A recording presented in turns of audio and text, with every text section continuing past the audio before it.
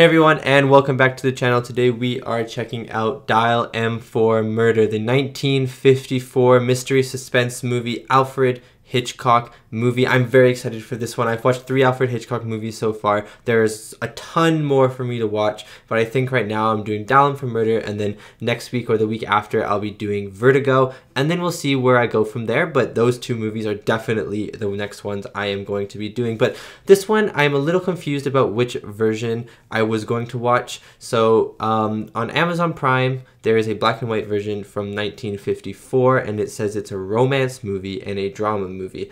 And I was confused by that because I didn't think that Dial M for Murder was a romance movie. So I went to YouTube Movies to see if they had the same thing. So I was just sure that Amazon Prime had the right movie.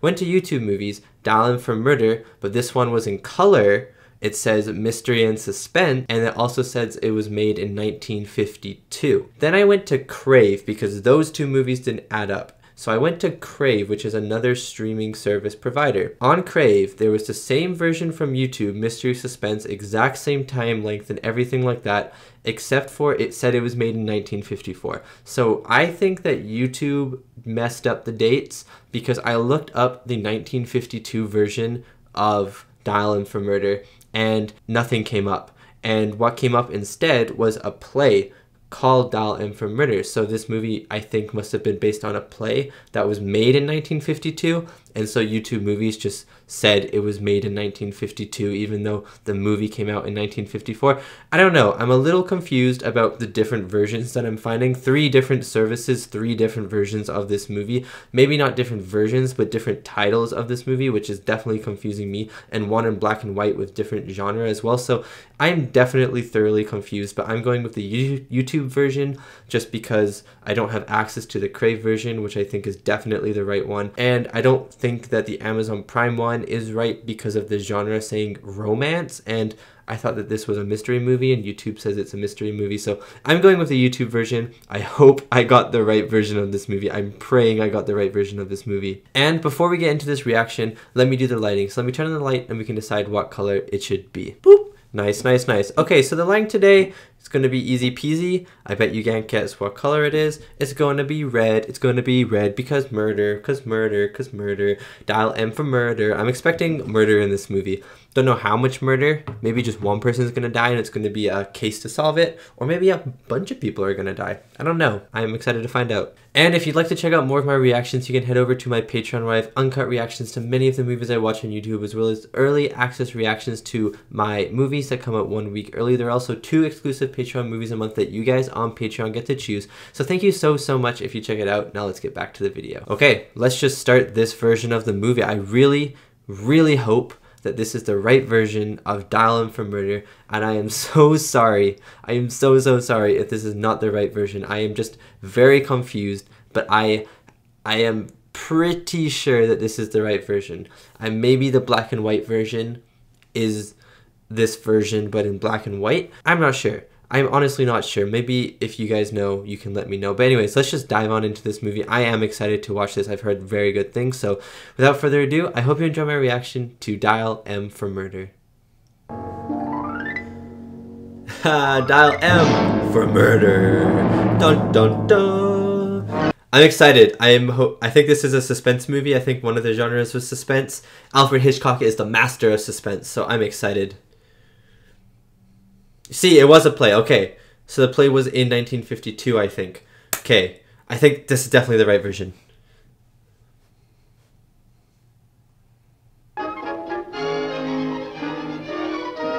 Also, this is the first Hitchcock movie I've seen that's full screen. All the other ones have been the 16:9 aspect ratio.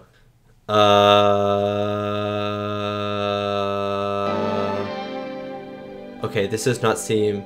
It seems like the guy that got off the boat is dating her or married to her, and okay, it seems like she's having an affair.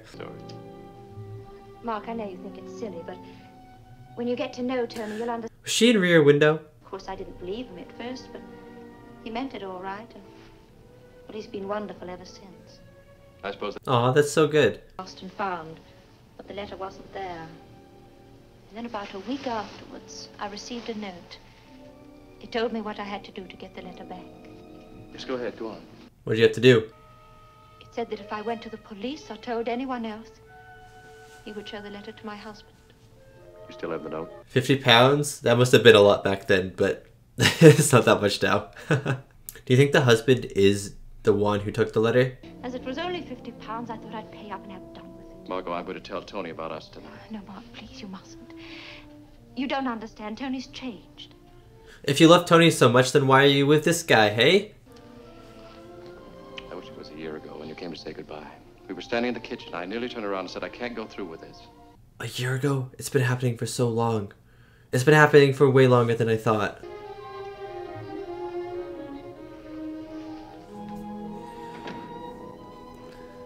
Oh, baby.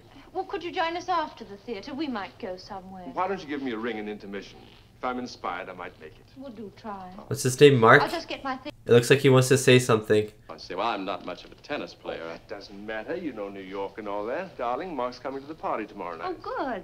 Well, you better drop in here first and have a drink. That's the... Oh, don't drop in, Mark. Just leave. Enjoy yourself. So long, Tony. Good night. Oh, they probably will. I think Tony knows. I think Tony knows.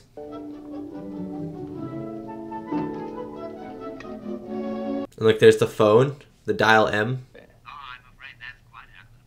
Well, we'll see what a couple of drinks can do. Why is he buying a car? Oh, goodbye. Is it a car? What? I'm confused. I'm excited to see where this is going. I think he knows. I think he knows. I think the car, maybe he's gonna murder Mark and shove him in this car. Gloves, no fingerprints. Or maybe he's gonna murder this guy coming over. I'm confused. Wow, what a coincidence. Yes, it's called for a special drink. I was planning to palm you off in an indifferent port, but let's see what we have here. How about this? Perfect. What if he is just a murderer in general? I am very intrigued. Wait a minute, I think I have a picture of you here somewhere. Yes. Yes, here's one. I'm in great suspense and I have no idea what's happening or about to happen. Cigar in the business. Well, that's the first and last reunion. That's Alfred Hitchcock! Ah, cameo! You were the treasurer, weren't you? Honorary treasurer. Oh, I used to organize the beastly things. He knows a lot about Some this of the guy. ticket money. He knows a lot about this guy. You know, people with capital don't realize how lucky they are. I'm almost resigned to living on what I can earn. Well, you can always marry for money. Yes, I suppose some people make a business out of that. She didn't like it much, and when we got back, she tried to make me give up tennis and play husband instead. In the end, we Interesting. compromised. The lamps creating this divide between the two characters. Interesting camera movement there. I soon realized that a lot had happened while I was away. But one thing, she wasn't in love with me anymore.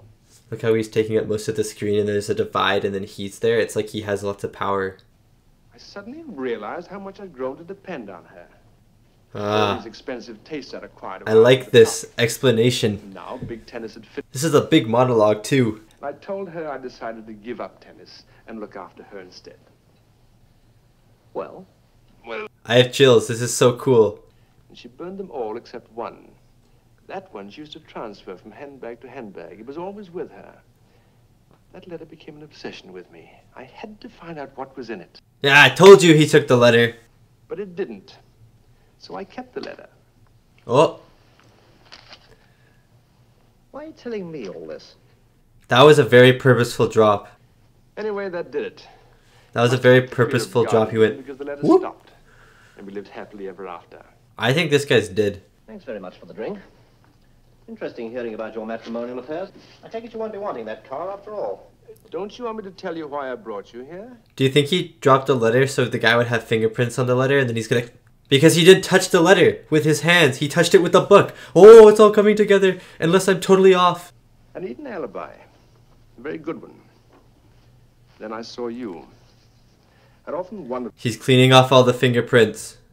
I became so curious to know that I followed you. I followed you home that night. And would you mind passing me a glass, old boy? I am so excited. Yes, I'd lost you, and then I found you one day at the dog racing. And I tailed you home to your new lodgings in Belsize. I think this guy's getting Then Mr. framed. Adams became Mr. Wilson. I'm invested at the moment. Everything. Everything. All about Mr. Adams and Mr. Wilson. I can simply tell them. Not everything. You usually met in out-of-the-way places where you wouldn't be recognized. Like the little tea shop in Pimlico. Ah, he literally knows everything about this man. For a whole year, I've been cashing an extra £20 a week. Always in fivers. I then change them for those at my leisure. Let me see your bank statement. By all means. This guy's actually debating. I mean, he's getting blackmailed to murder this person, but he's also heavily debating about actually doing it. When would this take place? Tomorrow night. Tomorrow? Not a chance. I've got to think this over. It has to be Tomorrow, no chance. I was gonna go sit at home and watch Squid Game. Then leave the suitcase there just as it is now. Oh, as if I'd left in a hurry. That's the idea. Now the window. If it's locked. This is actually such a very well thought out plan. As you go out, return the key to the place where you found it. Under the stair carpet? Yes. Yes, but what exactly is supposed... Something is going to go wrong. There were a lot of steps in that plan. That is the only thing. It is also very circumstantial. What if she doesn't answer the phone? Suppose they'd been locked. It wouldn't matter. You see, she often takes a walk around the garden before she goes to bed, and she usually forgets to lock up when she gets back. Usually forgets. I shall tell the police. There are some circumstantial evidence here. I'll bring Halliday back for a nightcap, so we'll find her together. And we shall have been together since we left her. And there's my alibi. That's a good alibi. That's a strong alibi. She's not going out, so she won't miss it. Oh. When I come back with Halliday... What if she does go out? Key to let us in. Then why I'm nervous. I'm nervous about his plan not working, and I don't want her to die. All right, dear. Enjoy yourself.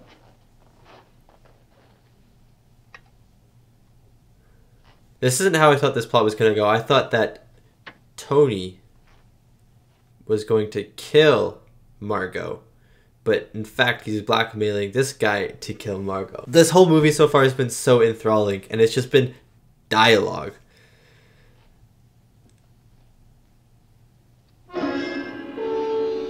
I love the music cue. Oh yeah.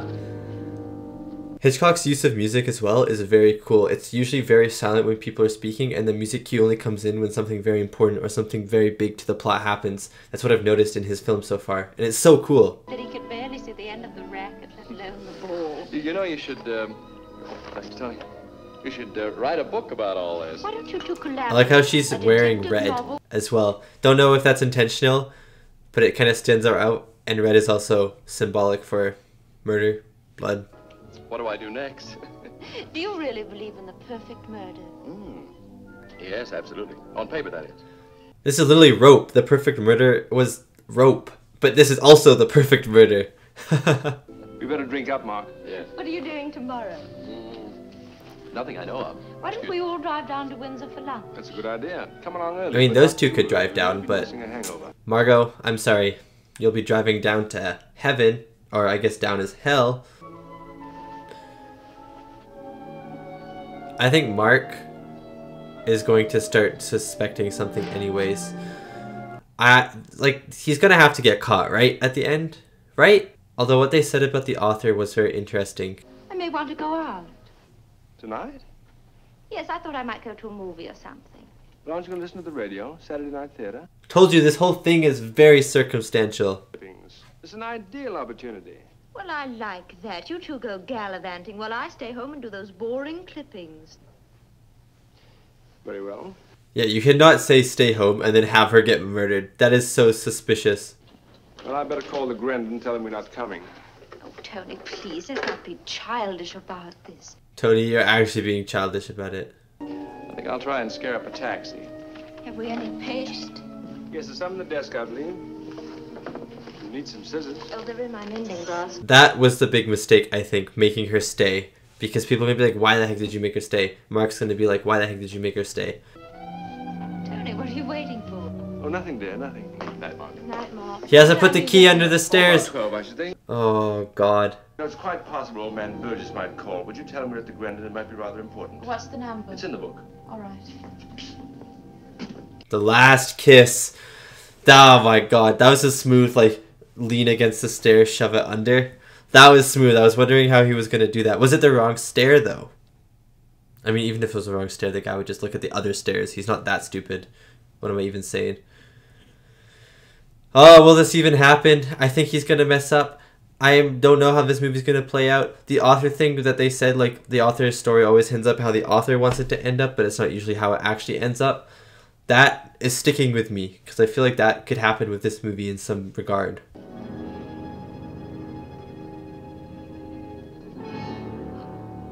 Okay, it was the right stare.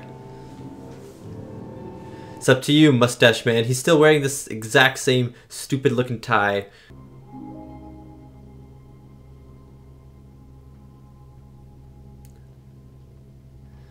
He doesn't look like a murderer that as well, you know?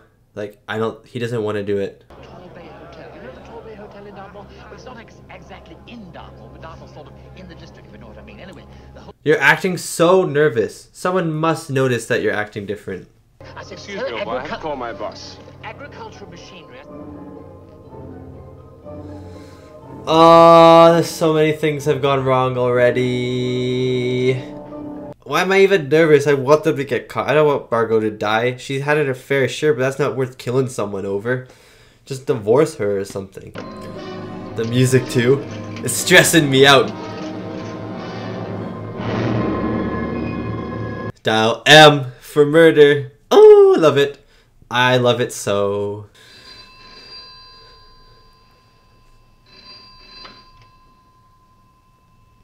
Dude, she does not know. Where is he? Is he behind the curtains? Hello.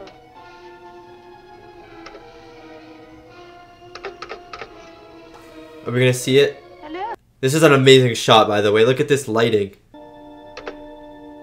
Hello. He can't do it. Oh. He's like, oh my god, you're making a mess of everything. Dude, Margot, come on. Come on, Margot, escape it. Yes. It's right there. Oh, I didn't see the scissors. Ah, no. I didn't expect this at all. I thought she was actually gonna die. Oh. Ooh. I don't think that would kill you though, right? That would just hurt a lot. What's the matter? I can't explain now. Come quickly, please. It went so wrong, and then you can't say he went through the window because the window's closed. And he'll have a key on his person.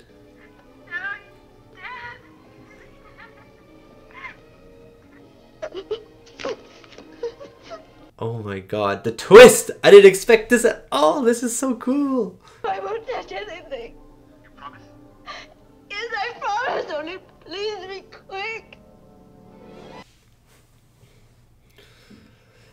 I don't even know what's gonna happen at this point. Are they gonna figure out that Tony was the one who was trying to kill her? They have to, right? I love this twist though. I thought for sure she was going to die, and the plot of this movie was going to be trying to everyone else figuring out that Tony did this like rope. But he switched it up. It was like rope at the start, and then it totally switched and the murder didn't happen. It's so cool. It's so cool.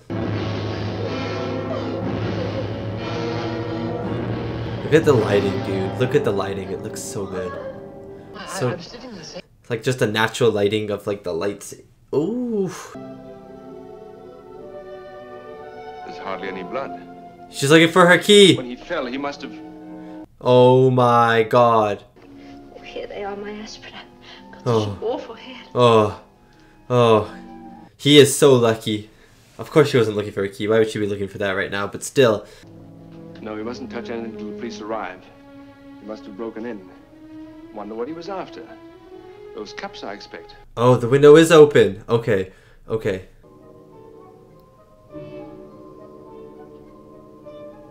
I'll explain that to you when you come. How long will it take? About 2 minutes. 2 minutes. And, don't... Dude, 2 minutes to kill Margot? Is she gonna kill her? I think he is. Need to know.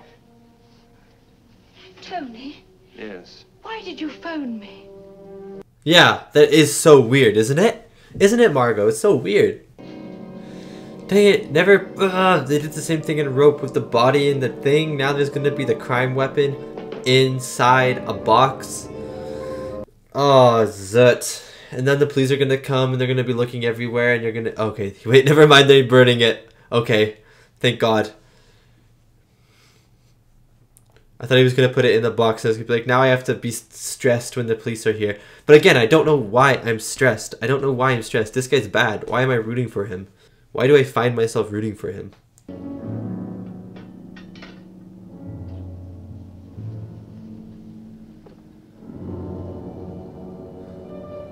He thinks everything is ready. There has to be something that is missing. There's probably one thing that is going to tear this whole case open. Why did he put that under there? Sergeant? Is he an idiot? It's the other stocking. Oh no, he meant for that to happen. Okay, he meant for it to happen. Intermission! It's not even a long enough movie for an intermission in my opinion. But I wish intermissions were in more movies, because you can like dance to them and stuff and go get popcorn and go to the bathroom and it's a good time. They might get nosy and start asking all sorts of questions. So you want me to say the same thing? I think so, dear, in case it comes up again. Oh, that'll be Mark. Would you let him in? Hate this guy covering his own tail, his own trail. Good morning, madam. Oh, good morning. Mrs. Winders? Yes. I'm a police officer. May I come in? He looks like the best police officer. Mustache, bow tie. I bet he's going to solve this case in 3 seconds. He's going to walk in there and go, I smell that you're the murderer, Tony.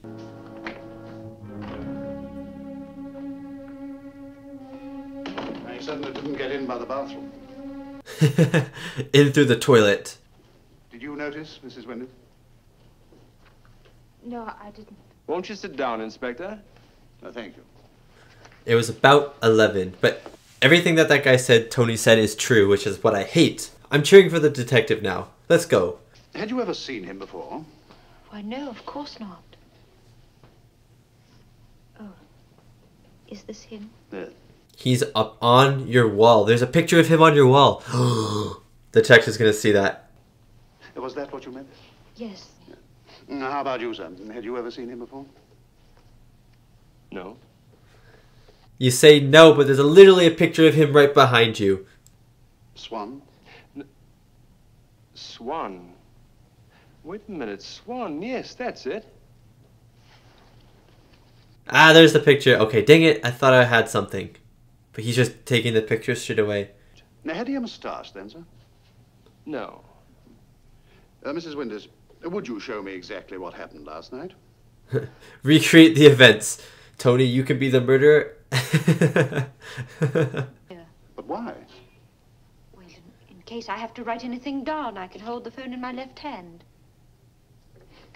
I see, yeah. I'm sorry. That actually is a good question, though. I can tell this guy is good at questioning things. His shoes. His shoes. The ground was soaking wet last night. This guy's good. This guy is a beast mode, man. As it is, he didn't leave any marks at all because he... I don't even know what that means, what I just said, but that's what he is. What sort of bag? A handbag, Inspector. My wife lost it at Victoria Station. But I got it back from the lost and found about 2 weeks later. Yeah, but you can make a new key, but that's not what happened, but it's possible. Was that where you left your handbag? Yes, it was. And didn't I say something about, oh, there's someone I was at college with? I don't remember. And that's how he got in. This really feels like a play, you know? Like, I can really see this on a stage. Why not? Because if he had, the key would still have been on him when he died. But no key was found when we went through his pockets. This man is good. Well, then how did he get in? We'd better get all this down on paper. I'd like you both to make an official statement. How did he get into the house? Intruder window. Boom. I'm so funny. There you are, sir. Thank you. Mr. Winders, there's quite a crowd in He front of knows, the though, house. right? I was going to suggest... About Mark and Margot because of the letter that was found on the killer. You can do, Inspector. After Mrs. Winters lost my letter, she received these 2 notes.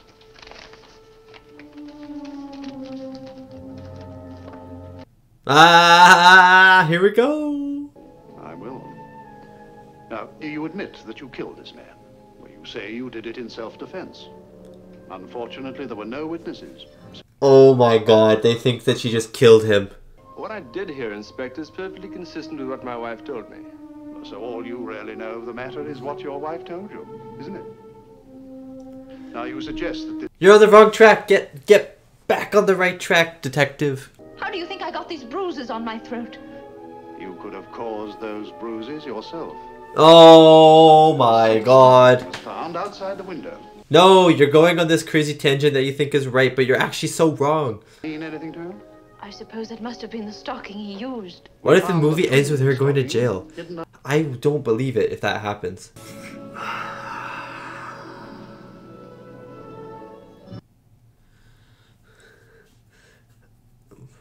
I have a suspicion that maybe he won't get caught. Maybe Tony will not get caught. That whole author thing is still resonating with me. Margot, Mary Wendus, guilty or not guilty? Oh, she's gonna be guilty too. Is that you be taken to the place from whence you came, from thence to a place of lawful execution. Execution? Is the movie over? Is it gonna just end with her dying? No way. But also, that could happen. Now, you've got to go to the police and tell them some story. Anything that will convince them that Margot wasn't lying after all. The police aren't likely to believe anything I might tell them. He's already told them everything, right? Stuff for years. I figured out something for you to tell them. Now, let's take the... He is a TV writer. I forgot about that. That's smart. Swan is dead. Now, we've got to make the most of that. You can tell any story you like about him now. You can even say that, well, you two met somewhere and you planned this whole thing together. Ha! Don't you see, Tony, how it all hangs together? But your letter was found in his pocket. Where'd you put it there? When? Sometime before the police arrived. The tone of his dialogue feels like he's just spouting this, but at the same time, he's getting everything right. So I don't know if he's actually serious about what he's saying. Most you're going to be a few years in prison. Thanks very much. It's a small price to pay, Tony. You'd be saving her life. That's fine coming from you, Mark. Okay, he was not serious about it. He was not serious about it, but he got all the facts right. He's a better detective. I'm very conscious of your position.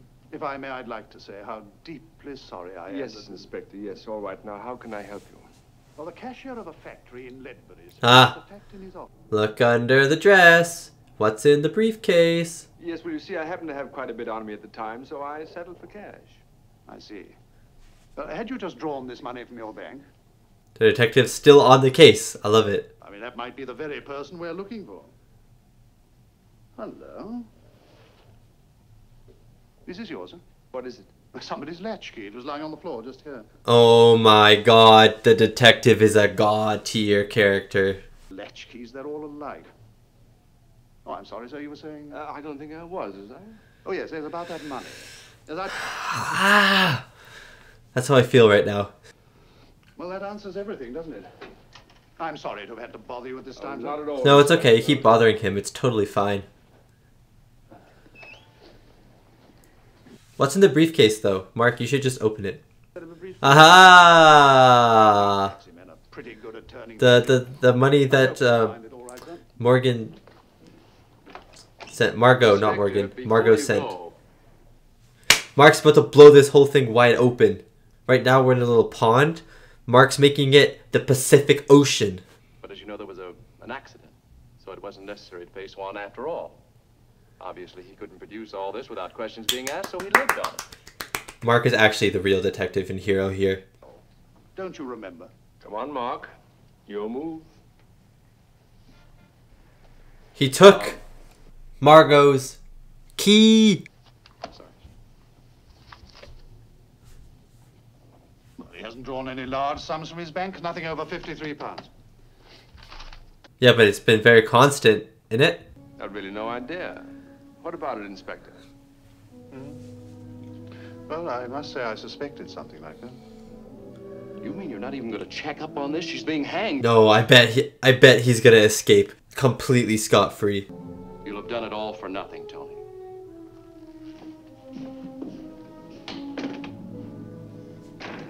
If I'd told that story of him... I don't necessarily think he was doing it for the will. I think he was just doing it because he hated her.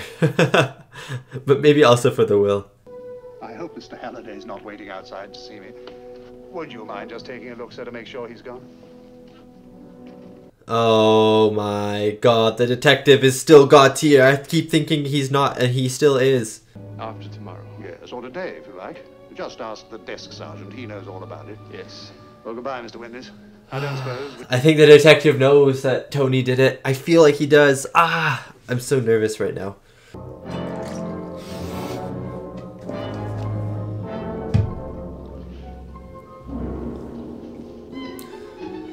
I feel like the whole room itself is darker than it was at the start of the movie. All like the lights are off, you know? And I don't know, maybe that's just symbolizing his downfall, but I could be wrong. I don't know. It just feels darker.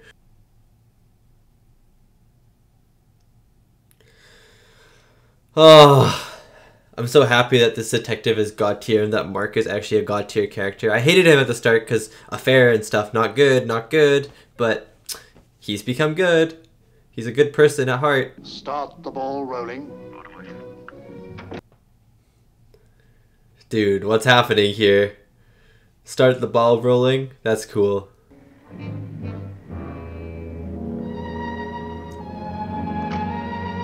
What's she doing back here? Because she didn't do it, and they know she didn't do it, right? That's why she's back here?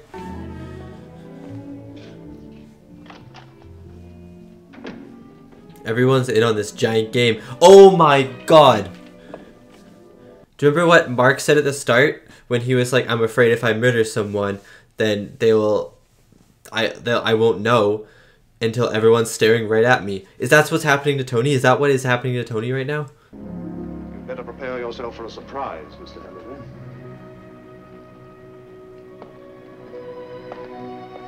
Margot, Margot, Margot and Mark. Margot and Mark. Just said I was to be taken home. And then 2 detectives brought me here. And they said I could go. Yes, they know. How long have you known this? Did you suspect it yourself? No, never. And yet? Yes, you must have. It's delayed action, that's all. In a couple of days, you're going to have the most wonderful breakdown. What did you find out? Mark's actually nice. Williams? Windus? Oh, Zut. Better make him check the contents and sign for them. If he wants his own key and raincoat, tell him I've gone to Glasgow. I love this movie so much. But as Swan was killed, we naturally assumed that your key would still be in one of Swan's pockets. That was his little mistake, because Swan had done exactly as you suggested, Mr. Halliday. Because he did leave. He did leave. And the key Wenders took out of Swan's pocket and returned to her handbag was Swan's own latchkey. Oh.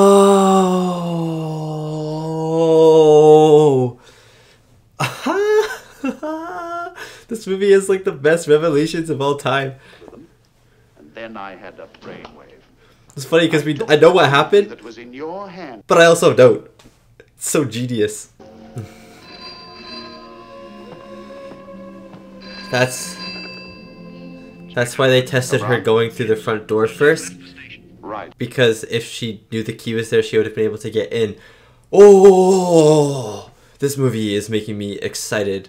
But if he doesn't do that, all this is pure guesswork. We can't prove a thing. That's perfectly true. But once he opens that door, we shall know everything. What do Yeah, you do then? it all has to do with the door.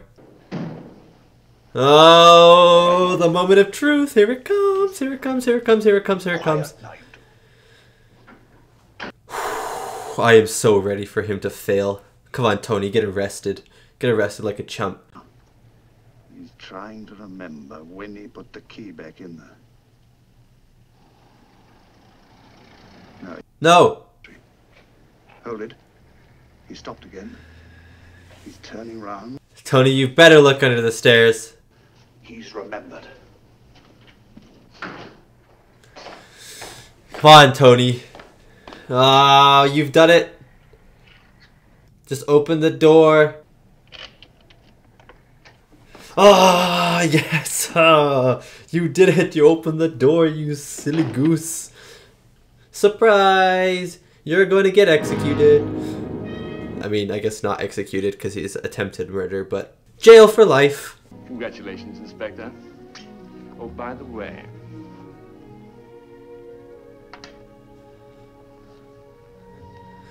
Last Drink of Freedom.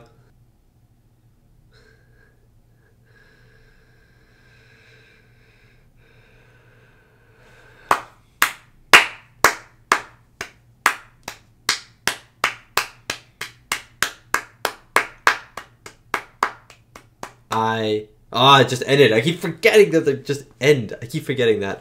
Oh, I really like that movie. That movie was so good. I've liked every single Hitchcock movie so far, and I feel like I'm going to keep liking every single Hitchcock movie. So good. Don't know how else you want me to say it. It was just so good. The dialogue was so crisp and so beautiful and so good, and the revelations were amazing, even though I knew what would happen. I mean, I didn't know what would happen, but I knew what had happened. But there were still surprises. I don't even know how this was written. It was so good. And that was my reaction to Dial M for Murder, the 1954 mystery on Google it says mystery, the 1954 mystery thriller movie starring Grace Kelly, Ray Milland, Anthony Dawson, and Robert Cummings. What a good movie. I say that about every Hitchcock movie I've seen so far. Why have I not watched a Hitchcock movie up to this point? Why did it take me 20 years of my life to get into Hitchcock movies? I do not understand. For some reason, a part of me, even though I love film, was always like, oh, they're probably going to be boring because it's just talking. Am I stupid? Am I actually dumb? This movie was so enthralling, and all it was talking. Rope was so enthralling, and all it was talking. Psycho was really the only Hitchcock movie where there was action, and even then it was like 5 seconds long, go boop boop boop boop boop, and then it was just talking. So I don't know why it took me so long to get into these movies. I love this movie. It is hard for me to rank Hitchcock movies because every time I watch one, I'm like, this one's amazing, this is his best one, but then I think back, I'm like, well, the other ones were also his best ones.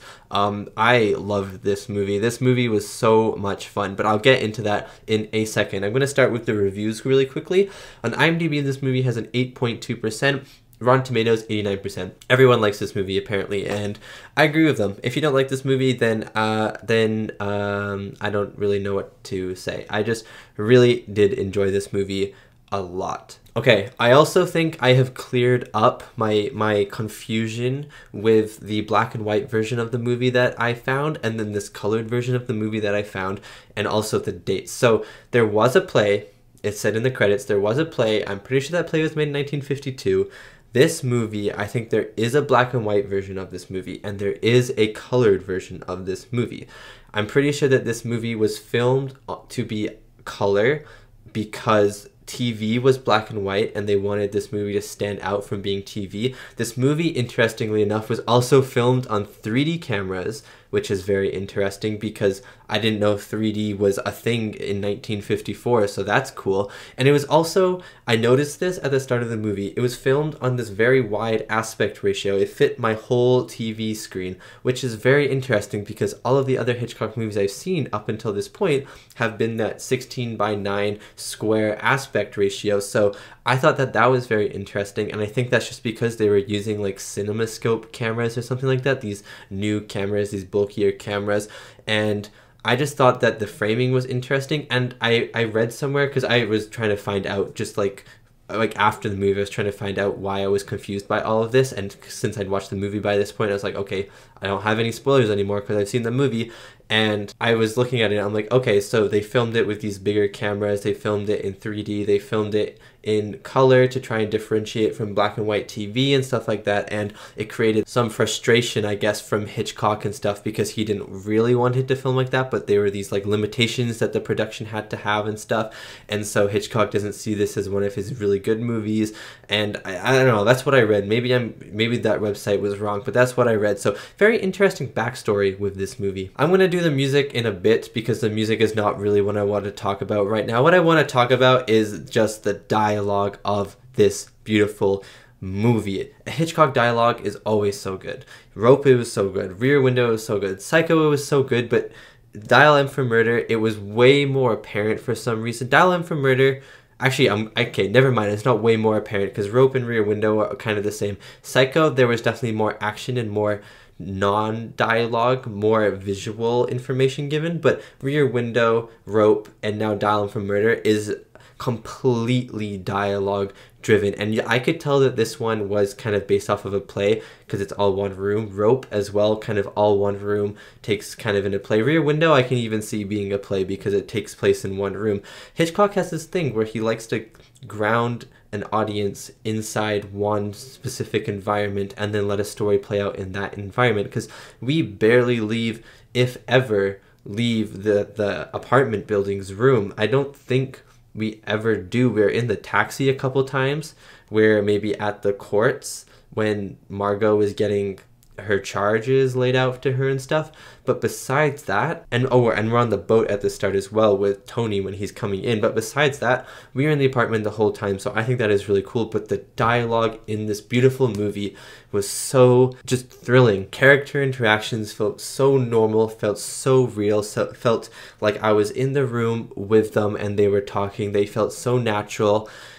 Every character had their own kind of way of talking. Every character was very articulate when they were talking, and it was just like, the dialogue felt very special in this movie, just as in Rope and Rear Window and Psycho. Hitchcock and whoever is writing these screenplays for these movies has this way with the dialogue where they can have characters monologuing for 5 minutes with no music, no cuts from the camera, just this still frame, maybe some slight movements. The characters are sitting down and talking, and it pulls you into the screen. And I have no idea how he does this. I have no idea how Hitchcock does this. I have no idea how the writers of these screenplays do it, but somehow it does. There is some connection or some connectivity that the writers can have with the audience through the dialogue, and it is so interesting to me. What I really liked the most about this story was that even though we knew that Tony was the killer, somehow there were still twists in this movie. Somehow there were still twists, which I find incredibly amazing. And in Rope, it's kind of, I thought this movie was going to be like Rope at the start, and I was like, okay, this first part of the movie is like the lead up to Rope, but then after it's just going to be Rope part 2, basically. You know, it's like the same thing where these guys have killed someone and then people are there but they don't know that he's killed someone. You know, it was sort of like that. I was like, okay, this is kind of like Rope, but then it takes this huge twist and Margot becomes the criminal and stuff like that. And like the twists in this movie were so good and so like realistic, I guess. It was really interesting, but then also like the ingenious ways that people were coming up with these solutions and stuff was really cool. My only thing that I thought was strange was when Mark was kind of just going off about how Tony could have killed Margot, and he was going off on all of these things that, because he's a TV writer, right? So he writes these stories. I'm having trouble hearing you. Sorry, I'll talk a little louder. So when Mark was going off on all these things, he was saying everything exactly right. And I know that he is this TV writer, and I know that he is like he does this for a living, like he solves crimes for a living, his own crimes at least. But still, I thought that it was weird that he got basically everything right. He didn't get everything right, but he got basically everything right. So I thought that that was a little strange. But besides that, like the detective, for instance, John Williams' character, the chief inspector, was so good. Whenever he was on screen, I'd always forget that he actually knew what he was doing. He thought Margot was, even though he thought Margot was the criminal, it made sense at the time. But then he was doing all these things when Margot was in prison, and he was searching all these things, and I kept forgetting that he was actually a smart character. So whenever he would do something like switching the keys and stuff with his coat and stuff, it would always blow my mind, because I'm like, oh my god, I forgot that he was actually smart and he's actually a god-tier character. So the twist in this movie, because even though we knew that Tony had done it, the detective, the chief inspector, was making these other twists that led to Tony's capture, even though we thought he'd evaded capture, and that created the suspense. It was just a very intricately well-woven story, and it was also kind of confusing. I need to watch this movie again. Definitely need to watch this movie again, because I need to understand better exactly how Tony was caught. But I was really confused about the key thing for a long time, but I'm so glad they just kind of spelled it out for anyone who could not figure it out, like me.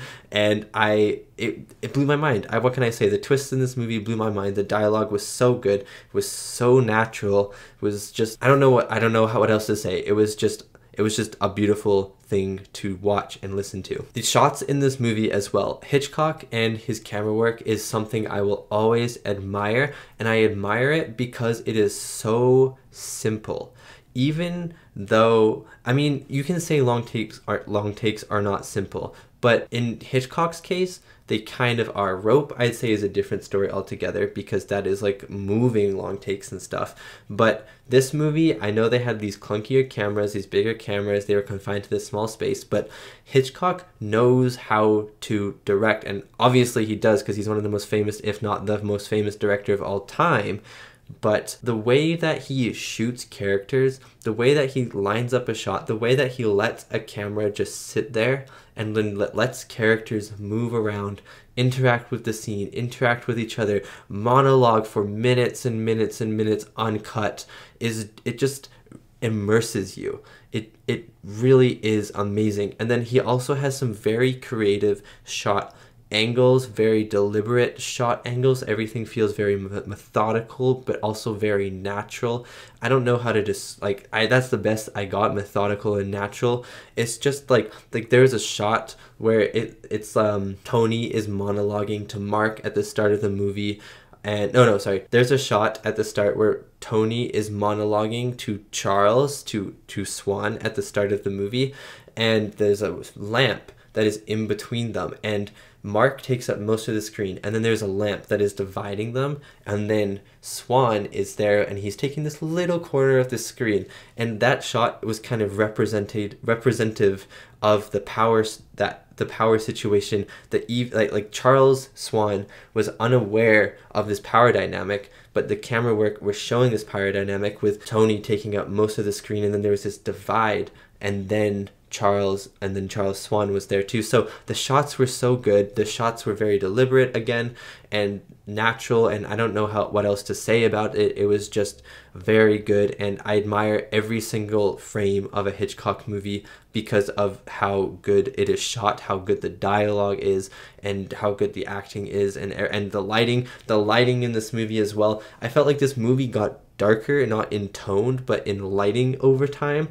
Not sure if that is accurate or not, but I felt like at the start of the movie, all of the lights were off, or all of the lights were on in the movie. And then towards the end of the movie, the lights tended to be off a lot of the times, which I thought was very interesting. The lights were on and then the lights were off. And I don't know if that was intentional or not. And I know a lot of the times it was just for plot, but I think it was also to do with this kind of dread that Tony was starting to have, because people were starting to catch on to him, and the lighting was kind of imitating his, I don't know, the atmosphere that he had and stuff. That is something that I noticed. Maybe I'm looking into it too far, but it was really cool either way. Maybe even if I'm looking into it too far, I still think it's cool. Okay, I think I'm going to get into the cast now.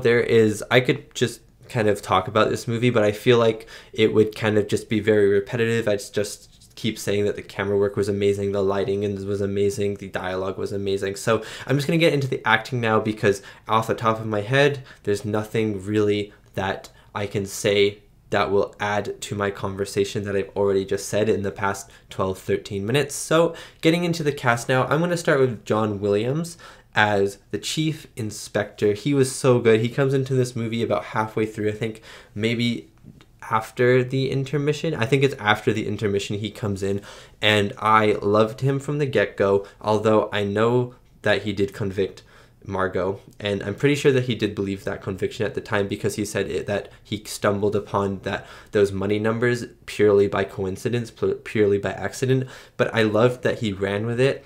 I loved that he actually cared about his job, cared about finding the real culprit, and he was also so smart about it. That whole key thing was genius. It blew my mind, and when Tony walked through that door, it was so relieving and such a happy feeling, and I was like, I want to fist bump my pal John Williams, the chief inspector. He was such a good character. I loved him a lot. Robert Cummings as Mark Halliday. I loved Mark. I didn't like him at the start because affair, not very good, but he does have a kind heart. Affair aside, he has a very kind heart. He loved Margot. He cared about her. He wanted to see her safe, and I really admired that about his character. And then kind of the push the push to save her at the end really drew me into his character and it made me care about him, and I thought he did a great job because as someone who is having an affair with the main character Tony's wife, Margot, he's kind of set up for failure to begin with because he's already put into the spotlight of distrust. But they make his character work and make his character very likable, which I thought was really awesome, and I really liked his character. I thought that Robert Cummings did a great job. Ray Milland. I'm not going to talk about Anthony Dawson because he was barely in the movie, but he did a good job as well. The scene that he had at the start with Tony at like for, I don't know, 15-20 minutes of the 15 minutes probably of the movie was very intriguing, very intense, and I loved it a lot. I thought he did a good job. But Ray Milland as Tony, he was the main character of this movie. It was weird because for most of the time I found myself rooting for his character, and this was something that I found myself rooting for in Rope as well, like the two murderers. And I thought it was funny that I was doing the same thing in this movie where I knew I didn't want to root for him because he was actually just a bad person. Like in Rope, at least one of them had this like humanity aspect to him where he actually regretted doing it. Ray Milland's character Tony did not regret doing it, so I found it weird that I was kind of like, oh, maybe he's going to escape, and then I'd catch myself and going, why do I even want him to like escape and not want him to do this? I want him to get caught. He's just a bad person. But his character was really interesting, really smart, really sly, and very sophisticated in terms of planning and making all of these kind of stories up, but also having actual alibis to back up on. And I thought that made the story really interesting, really suspenseful, and he created a lot of tension. Him and the chief inspector especially, in the last half of the movie, there was a lot of tension in those scenes. He did an amazing job as this character. Last but not least is Grace Kelly as Margot. She was amazing in this movie. I guess I should have done her before Ray Milland because he was the main character, but she was really good as well. I loved her chemistry with Mark, especially with Tony. I really liked it, but it was also really sad because I knew Tony did not share the same amount of love as she showed him, the same amount of love and affection. But her chemistry with Mark was really good, and I thought that the way that she was portraying the emotions, like when she survived the strangling and she was like coughing and leaning against the door in the dark and the only light was shining through the bedroom window, it was just beautiful. But her acting in that scene really sold it, and she was amazing in this movie. I'm pretty sure that she was in Rear Window as well. She was the lady in Rear Window. Amazing actress, amazing job. And that is my reaction to Rear Window, to Dial M for Murder. Thank you so much for watching, and thank you so much to these wonderful, beautiful, amazing people right here for supporting me and supporting my channel. It really does mean a lot.